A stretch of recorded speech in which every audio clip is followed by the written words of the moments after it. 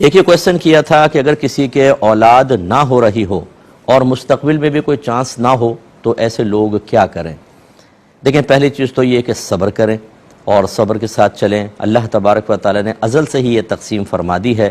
قرآن میں وہ خود ارشاد فرماتا ہے، وہ جس کو چاہتا ہے لڑکے دیتا ہے، جس کو چاہے لڑکی دے، جس کو چاہے دونوں دے، اور جس کو چاہے کچھ بھی نہ دے، بانجھ رکھے۔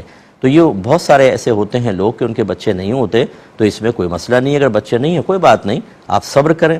اچھا، دوسرا طریقہ ہوتا ہے کہ جی ایسے کچھ جدید ٹیکنالوجیز آ گئی ہیں کہ اس میں مرد کا اسپرم لیا، عورت کا لیا، ایگ لیا اور کسی اور جگہ ملاپ کرا کے ماں کے رحم میں رکھ دیا۔ تو یہ اصل میں اس کے لیے ستر کھولنا ہوتا ہے، اور ایک مرد یا ایک عورت بغیر وجہ شرعی کے کسی کے سامنے ستر نہیں کھول سکتے ہیں، یہ یاد رکھیں۔ اور یہ جو ہے یہ اس طرح کے ٹیسٹ ٹیوب بیبی وغیرہ کے معاملات کے لیے ستر کھولنا یہ صحیح شرعی ضرورت میں آتا ہی نہیں ہے، لہذا گناہگار ہوں گے۔ ہاں، اگر فرض کر لیں کسی نے اس کے باوجود کیا اور حمل ٹھہر جاتا ہے، بچہ ہو جاتا ہے، وہ طیب اور حلال ہے، بشرطے کہ اسی شوہر اسی بیوی کا ہو، یعنی اسپرم اور ایگ۔ بعض یہ پوچھتے ہیں کہ بیوی کے ایگز بالکل نہیں ہے، کسی اور عورت کا ایگ لے کے شوہر کے اسپرم ملا کر اس عورت کے رحم میں رکھ دیا جائے، بالکل جائز نہیں ہے۔ اسی وجہ سے تو زنا حرام قرار دیا گیا تھا کہ نسب مشتبہ ہوگا اور جزیت اور بادیت کے غلط تعلق قائم ہوں گے۔ اسی طریقے سے ایگز اس عورت کے ہوں اور اسپرم کسی غیر مرد کا لے لیا جائے، بالکل شرعاً جائز نہیں۔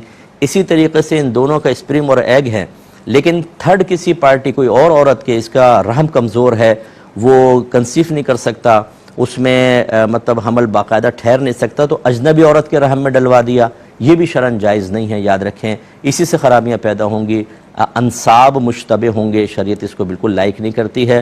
تو اچھی طریقے سے سوچ سمجھ کر پھر اس کے بارے میں فیصلہ کرنا چاہیے، اور اگر آپ صبر کریں گے اللہ تعالیٰ آپ کو جنت میں اگر داخلہ عطا فرمائے گا، وہاں اولاد بھی ہوگی بعض روایات کے مطابق، آپ کثیر بچے پیدا کر لیجئے گا، کوئی مسئلہ نہیں ہے۔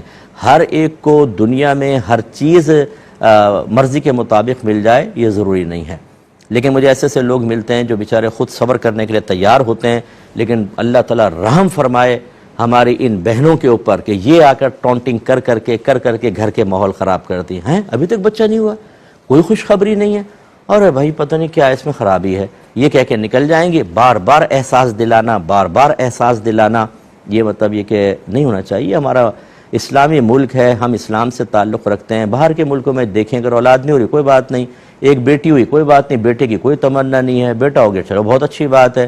وہ لوگ ہر طرح کے حالات سے کمپرومائز کرنے کے لیے تیار ہیں، اور ہم شریعت کے طریقے پر چلنے کے لیے نہ تیار ہیں، نہ اپنے رویوں، اپنے جذبات، اپنے احساسات کو اس کے تابع کرنے کے لیے تیار ہیں۔ ہماری مرضی پوری ہونی چاہیے، مذہب کچھ بھی کہتا رہو، تو اس لیے یہ مناسب نہیں ہوتا ہے۔